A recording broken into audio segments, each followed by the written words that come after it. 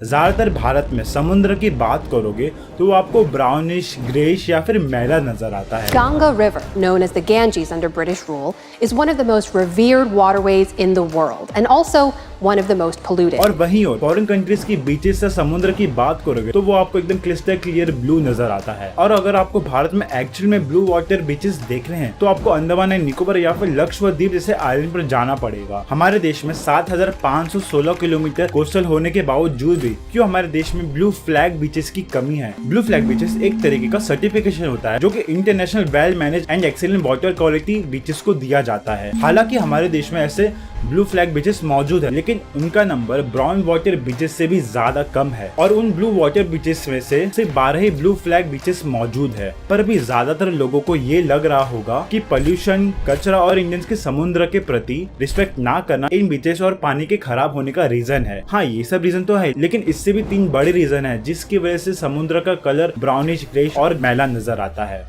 सबसे बड़े रीजन है इंडिया का ज्योग्राफिकल रीजन और क्लाइमेट। अगर हम ज्योग्राफिकल रीजन की बात करें कि हमारे ज्योग्राफिकल रीजन ऐसी है कि हमारे सारे देश की नदियां एंड में समुद्र में जाके मिलती है। तो ऐसे में जब देश की नदियां एकदम तेज बहाव में बहती हैं तो अपने साथ वो कई सारी सेडिमेंट्स और रेत लेके बहती हैं। ये जो नदियों के पास मिट्टी है, रॉक है, वेजिटेशन है, ये सारी चीजें नदियां लेके बहती है और उन नदियों का कलर भी उसके अंदर मौजूद सेडिमेंट्स की कलर की तरह हो जाती है। और भारत के अंदर का जो सॉइल है वो ज्यादा क्ले की तरह नहीं बल्कि बहुत ही ज्यादा लूज और फर्टिलाइज तरीके का सॉइल है, जिसकी वजह से वो ढीला हो जाता है। और एक एग्जांपल से मैं आपको समझाता हूँ कि जब हिमालय के ग्लेशियर पिघलकर गंगा नदी के पानी में बहता है तो वो पानी एकदम प्योर होता है और ऐसे में अपने साथ साथ कोई सेडिमेंट्स लेके नहीं बहती। और वहीं और बारिश के मौसम में जब बारिश होती है तो पहाड़ों से पानी गिरकर उसी नदी में आ जाती है, तो उसके साथ साथ वो अपने साथ सेडिमेंट्स भी लाती है और गंगा नदी से मिलकर उसका कलर चेंज हो जाता है। तो ऐसे में कोई नदी समुद्र से जाके मिलती है तो समुद्र का कलर भी चेंज होने लगता है। और अगर क्लाइमेट की बात करें तो मानसून भारत में 4 से 5 महीनों के लिए रहता है और कई कई रीजन में तो 6 महीनों तक भी रहता है,